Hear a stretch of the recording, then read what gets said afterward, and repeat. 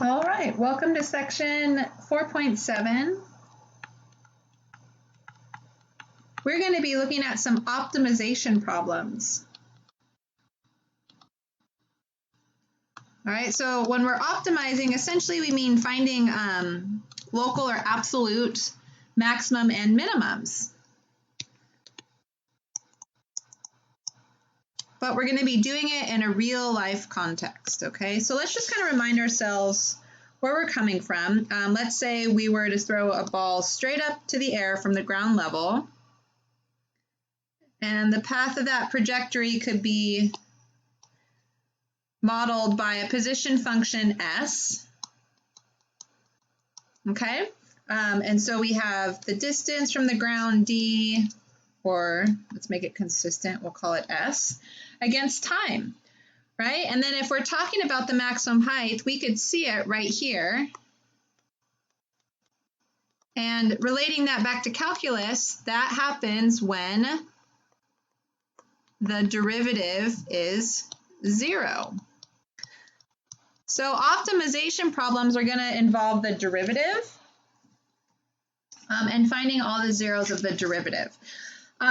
We have solved optimization problems before in pre-calculus where we would find the vertex of this parabola, and then whatever the value was at that vertex. Does that look familiar, that vertex formula?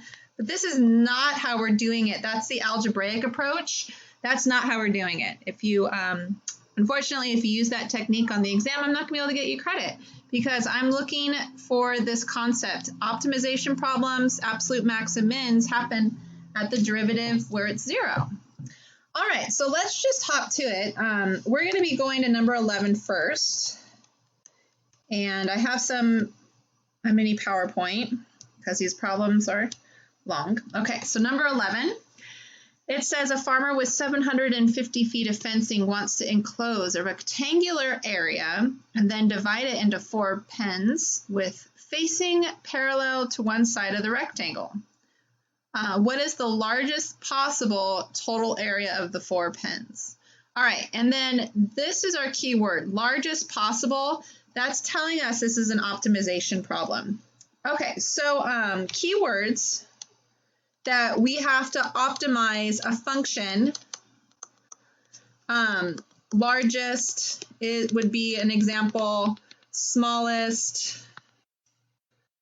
Let's just assume all of these have quotes around them. Least, maximum, greatest, stuff like that. All of these are keywords that are telling us that we're in an optimization problem. We have to find the derivative and make it 0. Okay? So I always like to, just in my own head, to kind of sort through these problems. I always like to think, what are we optimizing? Or what do we want to make, in this case, the largest? What are we optimizing? And we wanted to optimize the area, right? What is the largest possible area? So that means we have to find an area function and take the derivative and set it equal to 0. Because remember, that's where the optimization happens, is when the derivative is 0. So what are we optimizing? Area. So we're going to find an area function .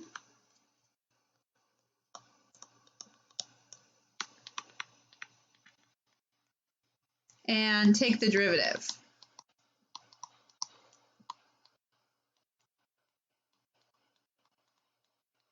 Okay, that's our approach.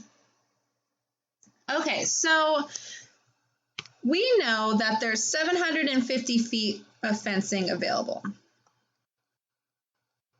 And when we're talking about fencing, that's really feet of fencing. That's really a way of saying that this is the perimeter of this rectangular shape. And what operation do we associate with perimeter? Addition. Okay, so what else do we know? Right, just collecting information right now. It's a rectangular area. It's going to be divided into 4 pins. So we have a rectangular area Oh goodness, let me look at another detail about these pens. Excuse me. It's parallel to one side of the rectangle. Okay, and we want to know the total possible area. So 4 separate pens means we're drawing it into fours, okay? So this means that the fencing is the outer perimeter, and then we also have to think of the perimeter of all the fences that are marking off the pens, okay? So I just kind of want to give you an example of the optimization, you know, because if we let's just call this X and we can call this Y, for instance, and then all of these are X's. And then this is Y, of course. And we know that 1, 2, 3, 4, 5 X's and 2 Y's have to add up to the total fencing, which is 750 feet. So we can play around with these dimensions. We can make X smaller.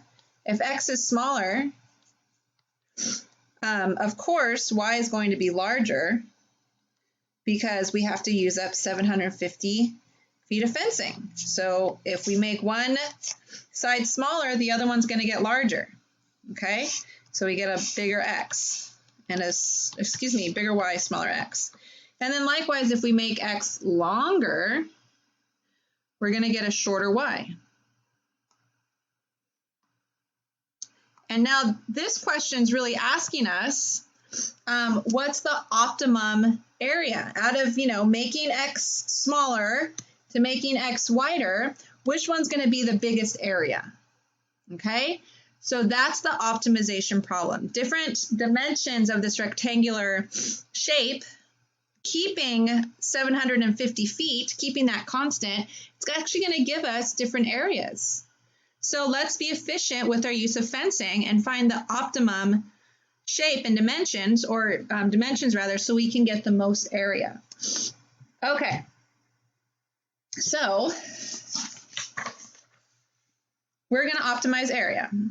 So we're going to find a function of area. So let's look at this. No matter what the dimensions are, what's the area of the shape? Length times width. Area is X times Y. Okay, and this is what we want to optimize. We want to find this derivative and set it equal to 0. But we have 2 variables. So what we have to do is we're going to use the fact that the fencing has to be 750. We're going to use this fact and make a substitution to get our optimization function in one variable. So let's write out that strategy. So we're going to use the other information, and this is true for all of these optimization problems. The process is the same.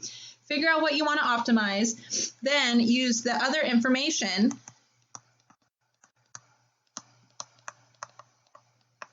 to substitute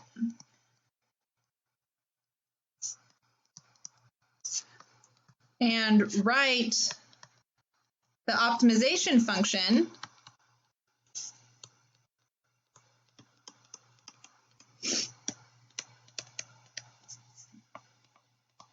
write that in one variable.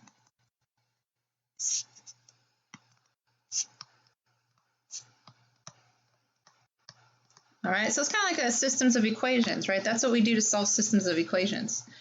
Okay, so we have this, the other information in this case, after the area is XY, is that the fencing has to be 750 feet. Okay, so remember it's 1, 2, 3, 4, 5 X's of fencing and 2 Y's. It's a perimeter. Excuse me. All right, so why don't we solve this for Y? So I'll subtract 5X from both sides and divide by 2. And we get that Y is equal to 375 minus 5 halves X. And now we're going to create an area function in terms of X. Okay, so we just said that y was, I should have color coordinated, y is 375 minus 5/2 x. Nothing a little highlighter won't solve. Okay, so this is our y. And we just make a substitution. And now we have the function we want to optimize in one variable. Okay, I'm going to distribute that x. 375x minus 5/2 x squared. Okay, and then I'm also going to give it an interval of values. Just because we know when we're finding an absolute min and max, we also test the endpoints. So what's this going to be valid on? Well, x can go all the way to 0. And if x is 0, it's just like a line, not really practical. And then 750, what is that? 375 on each side, something like that, and x equals 0. So we can start with x equals 0, and then we can go all the way up to, so this happens when x equals 0. When x equals 0, y would be 375, and then the other extreme is would be when y is equal to 0, and in that case, when y is equal to 0, that means 5x, just looking at this thing, would be 750. So x would be 150. So these are the ranges that x is allowed to be. All right, obviously, we're not going to have a maximum area when x is 0 or y is 0, because the area is just going to be 0. So essentially, the maximum area, the optimization of area, is going to be at one of the critical values, critical numbers. Okay, so or let's say find the critical numbers and test them.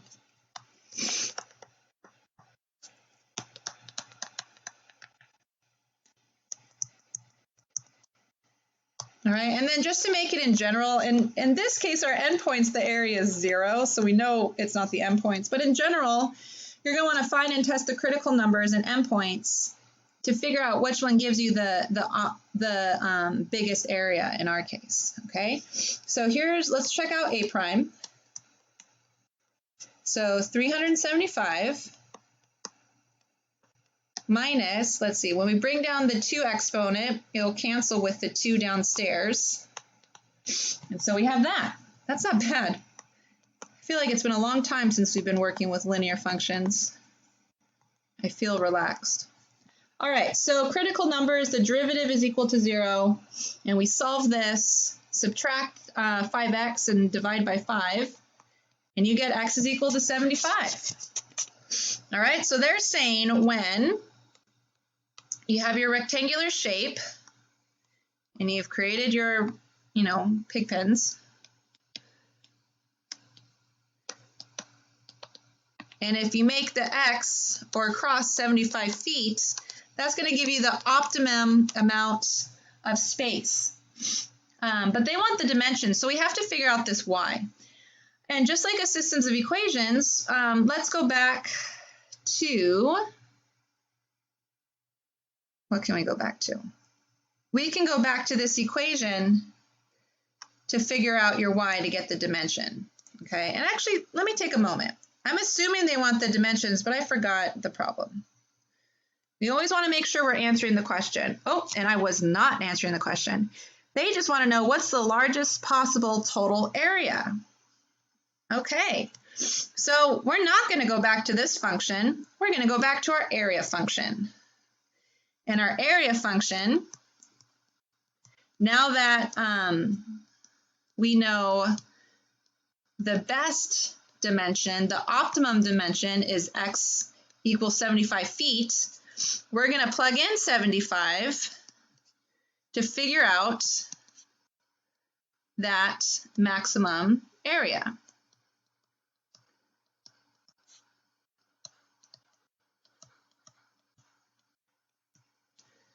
All right, something like that. Okay, and then when we plug that in, you can use your calculator at this point. Should get something like this. And it's area, so make sure we square our units. Okay, so there you go. And like we said, we've already discussed that the endpoints are going to give us an area of 0. But remember, with absolute max and min problems, you do test the areas, so we could, or the endpoints. So we could do that just for formality's sake. All right, and there you go. All right. So that's that problem. And visually, you know, we had our area function. Let me write it again. It was a quadratic, right? And the leading coefficient is negative. So that means it is modeled by a sad face parabola. And these would be your x variables. And then this would be your area on the top. So we're saying that the x was only going from 0 to 150. And then turns out right in the middle at 75 was the optimum area. And it turns out that large area, so this is our area function, was that 14,062.5 feet squared. Okay, and then that's how we optimize the area. We found the area function, got it in one variable, took the derivative and set it equal to 0 to find the critical numbers. And then we found the maximum area. All right, let's look at another example. And we're going to number 14. Okay, so we have that a box with a square base and open top must have a volume of 32,000 cubic centimeters. Find the dimensions of the box that minimize the amount of material used. All right, so that makes sense, right? If we have a big box, the biggest box we can possibly have for the least amount of materials, that would optimize the volume, it would optimize our the wastes or the materials we have to use, all that good stuff. So we could see why this would be a relative problem or a relatively useful problem for a business or Amazon, something like that.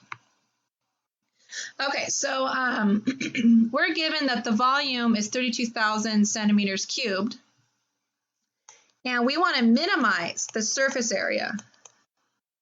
Minimize is an optimization word.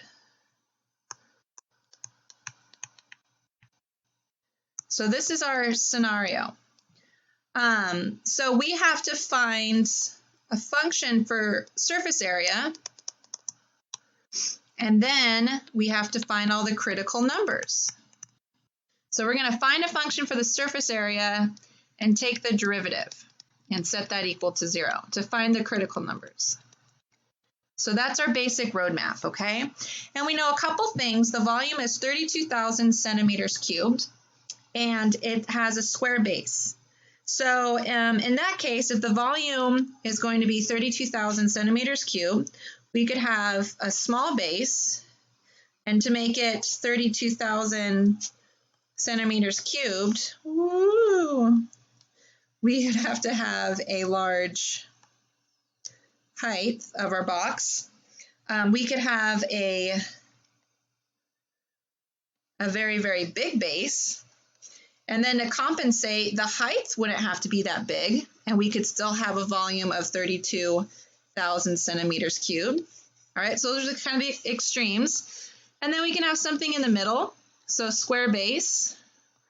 And then we would make the height whatever it has to be to get a volume of 32,000 centimeters cubed.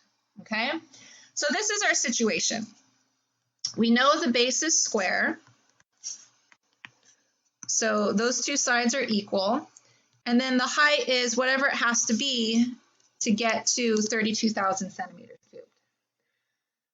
Okay, so it's an open box, so there's no top. So let's talk about the surface area, what we want to minimize. So what are we optimizing? Surface area. So we're going to take, surface area is going to be the area of the bottom, okay, which is x squared,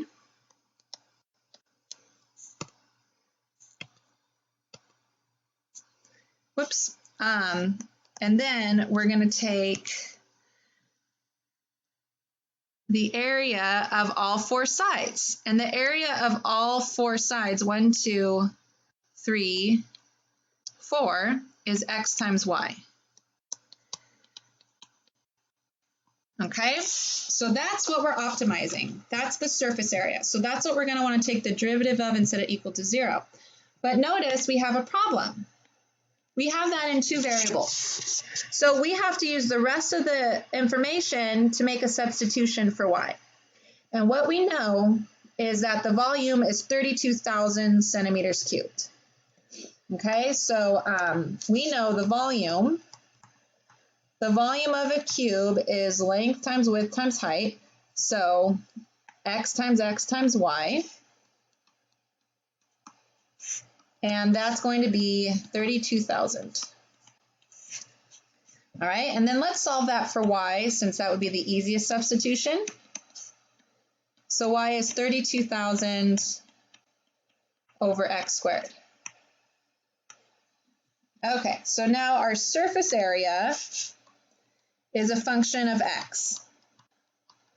And it's going to be x squared plus 4x, and then the y we just found.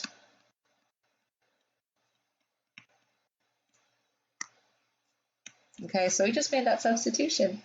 I'm going to cancel the x and 4 times 32 to get a nice surface area function in terms of x.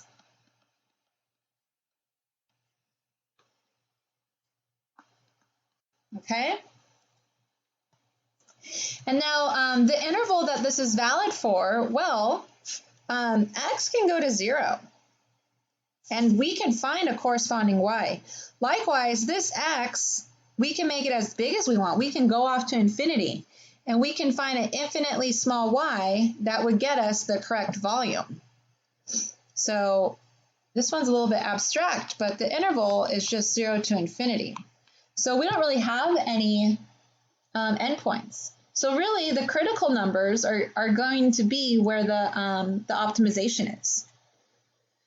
Okay, so here we go. And again, at the endpoints too, if we have an infinitely large base or an infinitely tall height, that surface area is going to be infinite, right? So we definitely know the endpoints or close to the endpoints aren't where the optimization is. All right, so let's take this derivative. And we're going to set it equal to 0. This is like x to the negative 1. So if you want to think of it like that. So bring down the exponent. Subtract 1. Okay.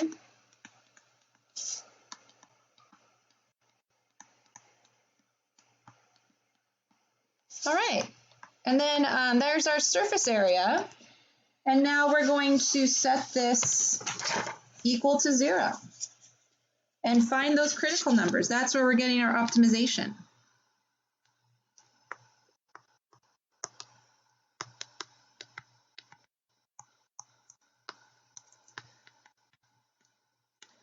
Okay, and at this point too, let me just oh no, let's stick with one thought. That's always good.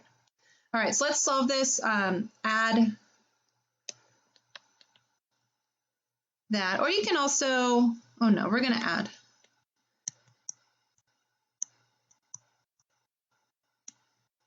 Squared.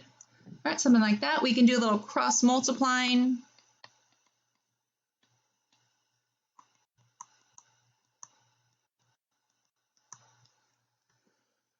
Divide by 2. And we have a cubic, so we can take the cube root of both sides. No need for a plus or minus because it's a cubic root. Okay. And then the cubed root of 64,000 is 40. right? Because 4 cubed is 64, and then you add 3 zeros. So there's just one. And then look at here. So if the other critical number would be where it's undefined, and it's undefined at 0, and we already talked about what happens at 0, the surface area would be infinite, be ginormous. So we're saying that the optimum box would have a base of 40 and then a height of y. Let me see what they're trying to ask. They want, this time, the dimensions. So they don't want the minimum surface area, they want the dimensions. So that means we have to find x and y. All right, so it's always good to double check, make sure you're answering the problem. So that's this next step. What is y? Okay, well, we had a formula for y right here. Y is 32,000 over x squared. So the optimum dimension is 32,000 over x squared, so 40 squared. So 32,000 over 1,600 ends up being 20.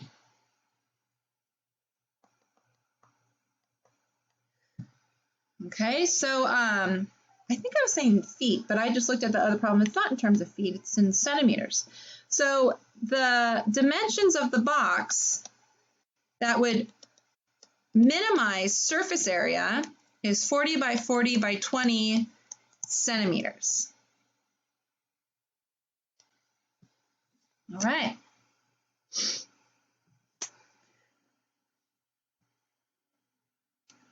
Let's see what's in store for us next. Number 27. So now it's going to get a little bit crazy. So we're going to find the dimensions of the rectangle of the largest area that can be inscribed in an equilateral triangle of side L if one side of the rectangle lies on the base of the triangle.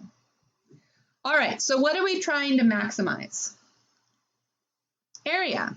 We're trying to maximize area of this rectangle inside a triangle. That's what inscribed means. It means inside the triangle. And we're going to find those dimensions.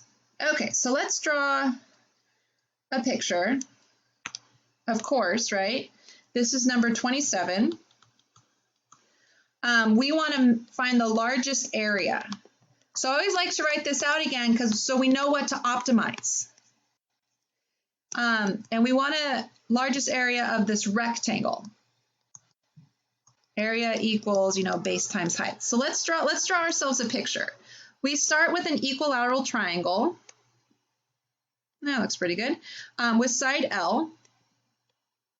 Another way to indicate that it's an equilateral triangle, what are the angles of an equilateral triangle?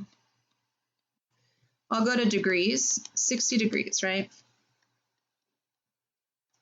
Okay, pi over 3.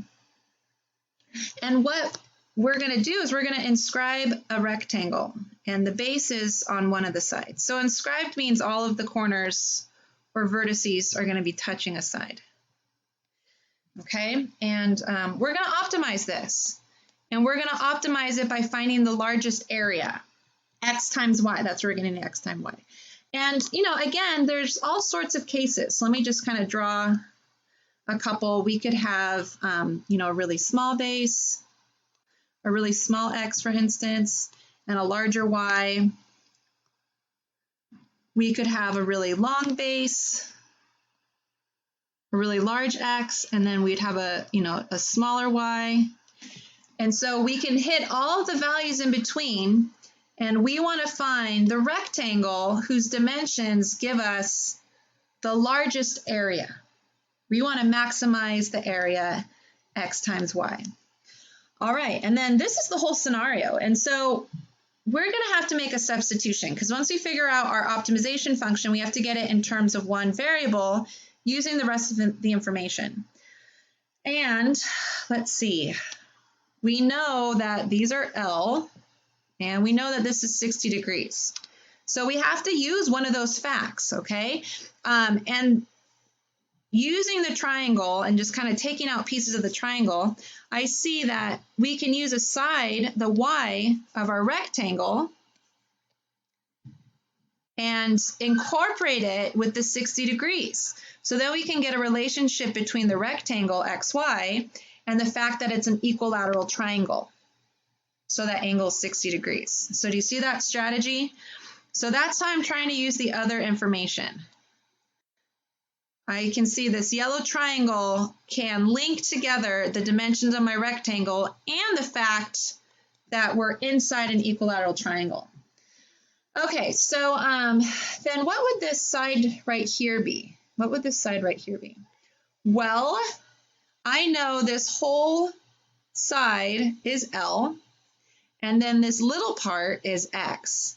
And we have these nice symmetries, so I know that this blue part on either side of the rectangle is going to be equal.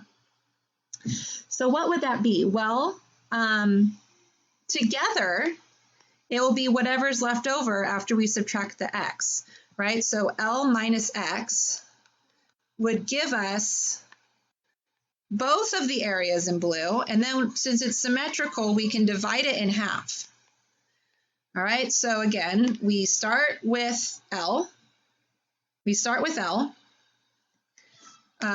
subtract the x, and see how we're literally left with those two parts that are highlighted, and then we divide it in two because it's symmetrical. Okay, so that's this right here. This is going to be L minus x over 2. All right, and we want to make a substitution. Remember why this is happening. We want to substitute either x or y, so we can get the largest area in one, or the area function in one variable. All right, so stare at this. How do all of these relate to each other? I see a tangent. SOHCAHTOA, tangent is opposite over adjacent. Okay, do you guys remember what tangent of 60 is? Root 3. Okay, I'm going to clear the denominator. They'll cross multiply both sides by the denominator, L minus x divided by 2.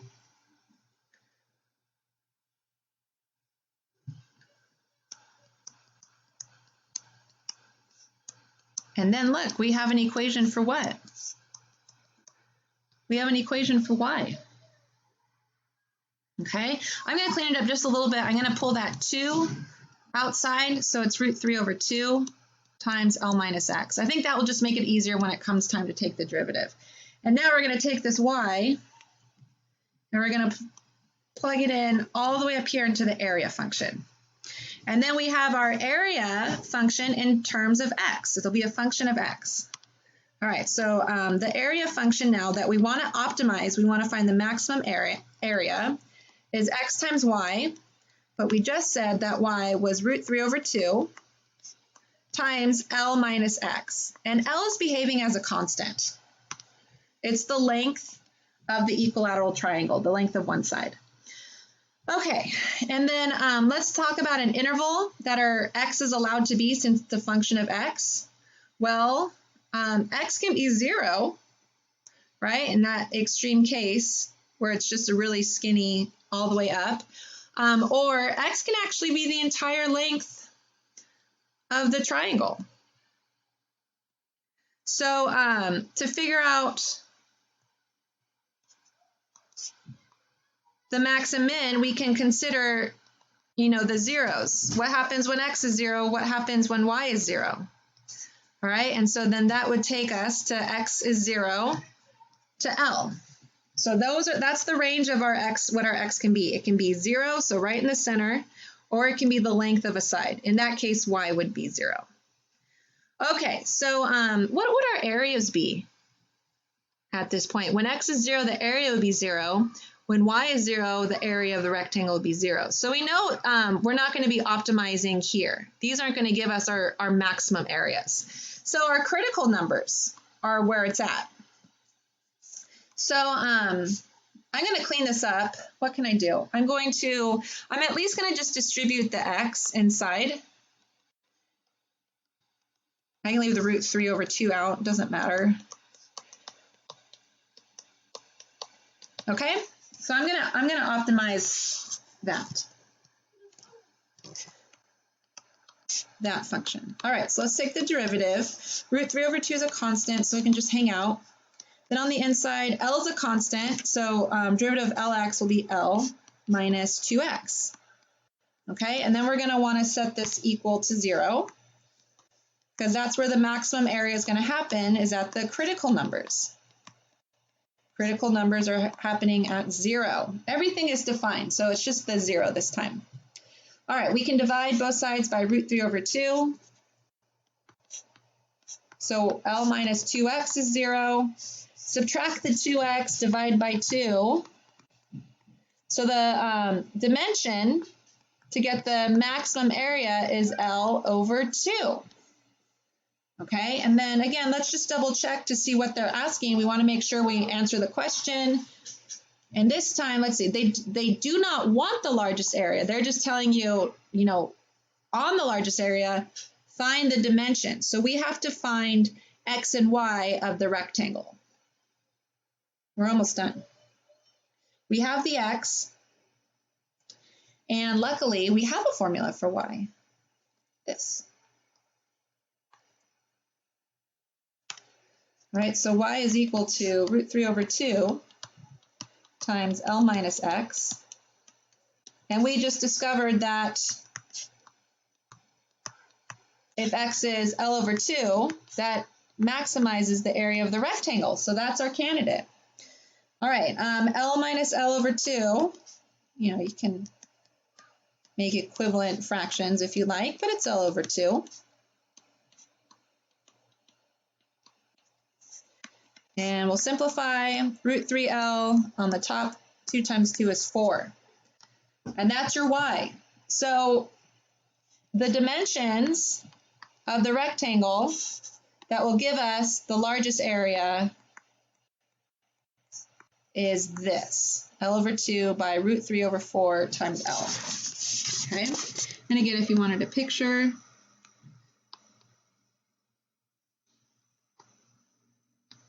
I don't know if this is to scale, but this would be L over 2, and this would be root 3 over 4 L. All right, and actually, I don't think that is to picture. Let me do it a little bit different. I think the height would be a little bit bigger. All right, something like that. All right, good. So again, this whole process is the same. You focus on what you want to optimize. You write out the function that is the optimizing function. You make a substitution so it's in one variable. Take the derivative, set it equal to 0. Okay, and then that's the main structure, no matter how hard the details are. All right, we're going to look at one final example in this section, and it's a little bit more involved, but still the same structure. So we're going to find the dimensions of the isosceles triangle of the largest area that can be inscribed in a circle of radius r. All right, and again, largest area, we're going to optimize area. So that's always a good place to focus, what we're trying to optimize. All right, so we're trying to optimize area of, again, an isosceles triangle. So if you remember the area of a triangle, it's 1/2 base times height, okay? So our triangle is going to be inscribed in a circle of radius r. And let me see, it's an isosceles triangle, so 2 sides are the same, okay? And let's see, here could be the center of the circle, and it's a circle of radius r. Radius r. And I'll just draw it to all vertices, okay? There you go. And then we're going to optimize area, so we need a base and a height. So I'll change colors. So going all the way from the top of the triangle down to the base, that's the height. And then this is the base. Okay. So there you go. And we are going to have to either make a substitution for B or for H using the fact that it's an isosceles triangle inscribed in a circle of radius r. Okay, well, let's see. We've created some nice right triangles. So let's focus on the right triangles. So let's focus on this triangle right here. So the hypotenuse is r for sure. I'll write it right here. This is r. The fact that it's an isosceles triangle inscribed means the base is cut in half by the height.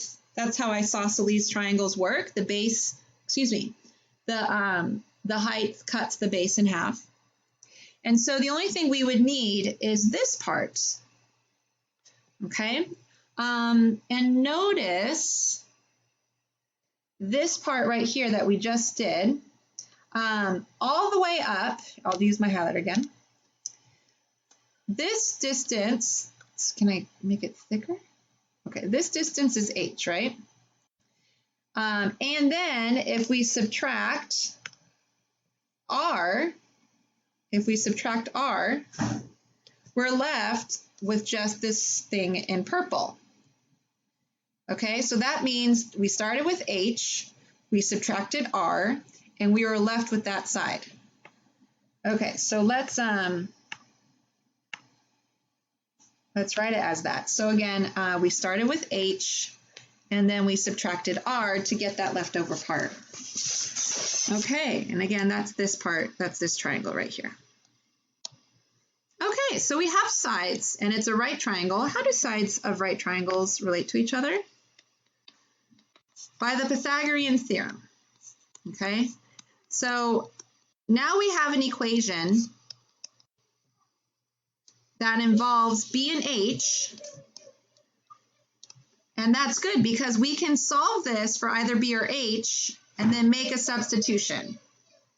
Okay, so that's where we're going with this. Okay, so let's see how we can solve for h or how we can solve for b. And remember, r is behaving as a constant. That's the radius of the circle. What can change is the height and the base, right? If we have the same circle with the radius, our isosceles triangle can have a large base, our isosceles triangle can have a small base. So the base and the height are what is altering, but the radius is staying the same. Okay, let's expand these out.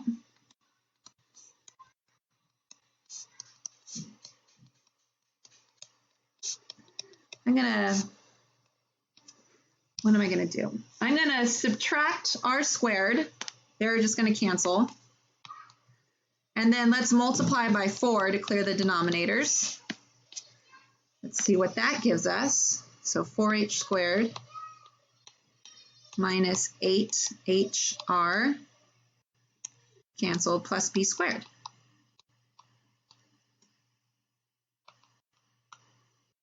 Okay, so I'm going to go with the b because that's already b squared. I don't have to worry about a coefficient and division or anything. So I'm going to solve for b squared. So I'm going to add hr, subtract 4h squared.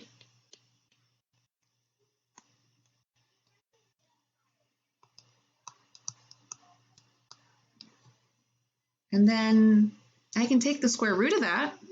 I don't have to worry about taking the negative square root because the base should not be negative. It should be positive. Okay. And there you go. I guess if I wanted to get fancy, there's a common factor of 4. I can factor out the 4. What's the square root of 4? It's 2. So factor out a 4 and then move it outside. All right, and now we're going to take that b and we're going to plug it into our area function. Remember, that's what we want to optimize. See how we have this nice little roadmap at the top? When we're feeling overwhelmed, we can always go back to the roadmap. Try to figure out what we're doing. Okay, so now we have an area as a function of h. It's going to be 1/2 base, which is this. H is the variable, times h. All right, so we're eventually want to take the derivative of this. So let's clean it up so it's not overwhelming. The 2's are going to cancel. That's nice. We could definitely leave it like this. We would need to use the product rule and the chain rule. So what I'm going to do, I'm going to be a little tricky. I'm going to rewrite h. Remember, we can put h underneath the square root, because anything under the square root sign, we can multiply the radicands. All right, that's how we multiply radicands, is making sure they're under the square root. So now that we have this, we can move the h squared inside. So we're being clever on this one. Just to make our life a little bit easier, we could have definitely done the chain rule with the product rule, like this. Or we can, just do a little bit of manipulation and then forego the product rule and just use the chain rule. Isn't math fun? So many different paths the higher up we get. All right, there's our area function. Let's take the derivative. Oh, before, of course, let's talk about the heights. What's the maximum height we can get? Well, if we really wanted to be extreme, it would be when the base is 0. So then the height would be r. And then likewise, if the base gets up to 0, the height could also be 0. So this is going to be true between 0 and h. All right, so there you go. And again, we know that this isn't going to maximize anything. The area is going to be 0 at that case, in those cases. All right, and we're finding the dimensions. So we want to find h and the base. Okay, so the derivative of the area, and we're trying to maximize that. So this is going to be 1/2. Here's the chain rule. So derivative of the outside function first.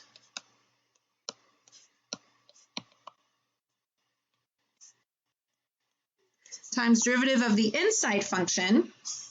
Let's see, remember h is the variable, so 3 times 2 is 6.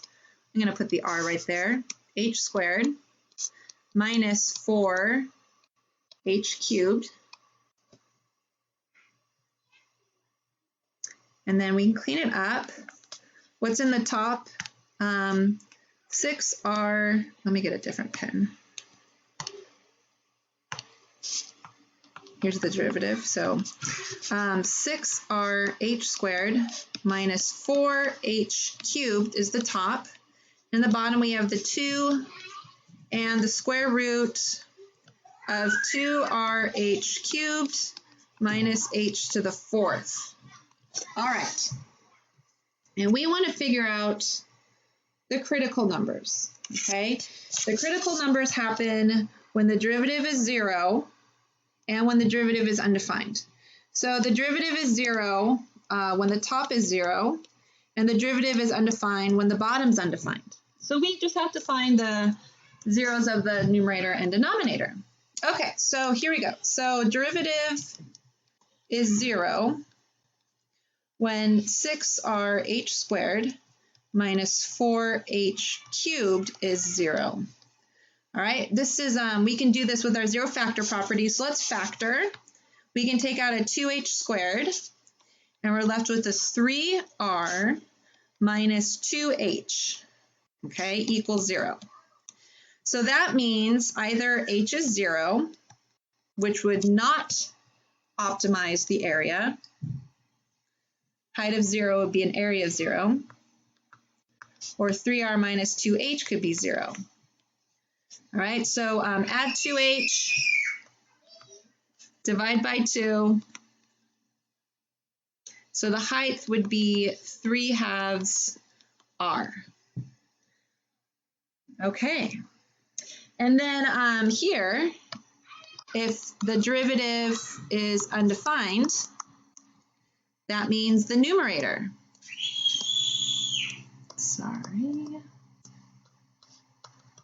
Is 0. Okay, so that would happen if the radicand was 0. And actually, this would be less than or equal to 0. Okay, but we can just focus on the 0.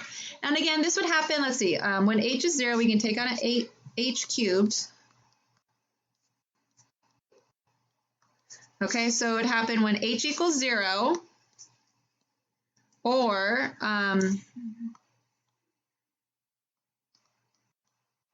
when h is equal to 2r, the radius. Okay, and then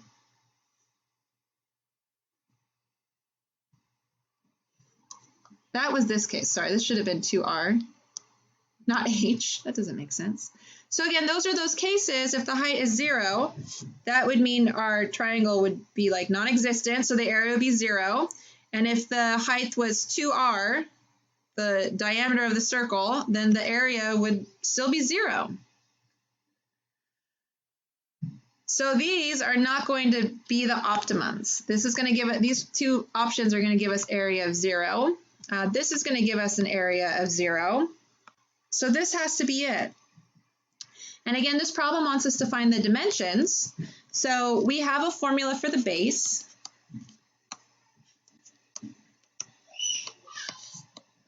And we just discovered that h is 3/2.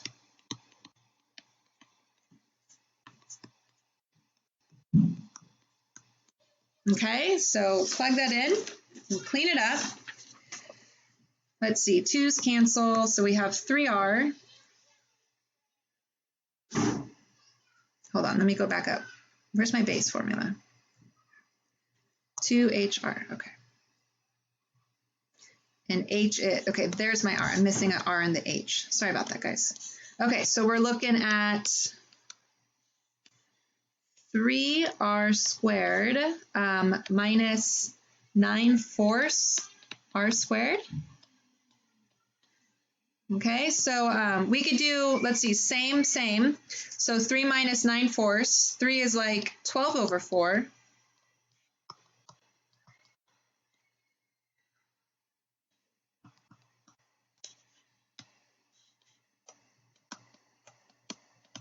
So 12 minus 9 is 3/4 r squared.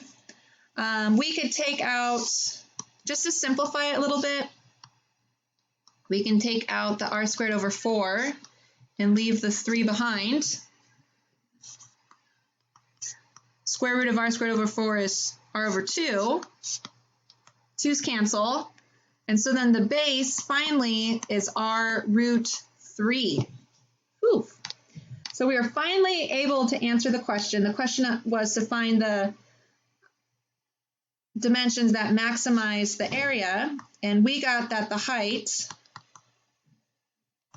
is 3/2 r, and the base is r root 3.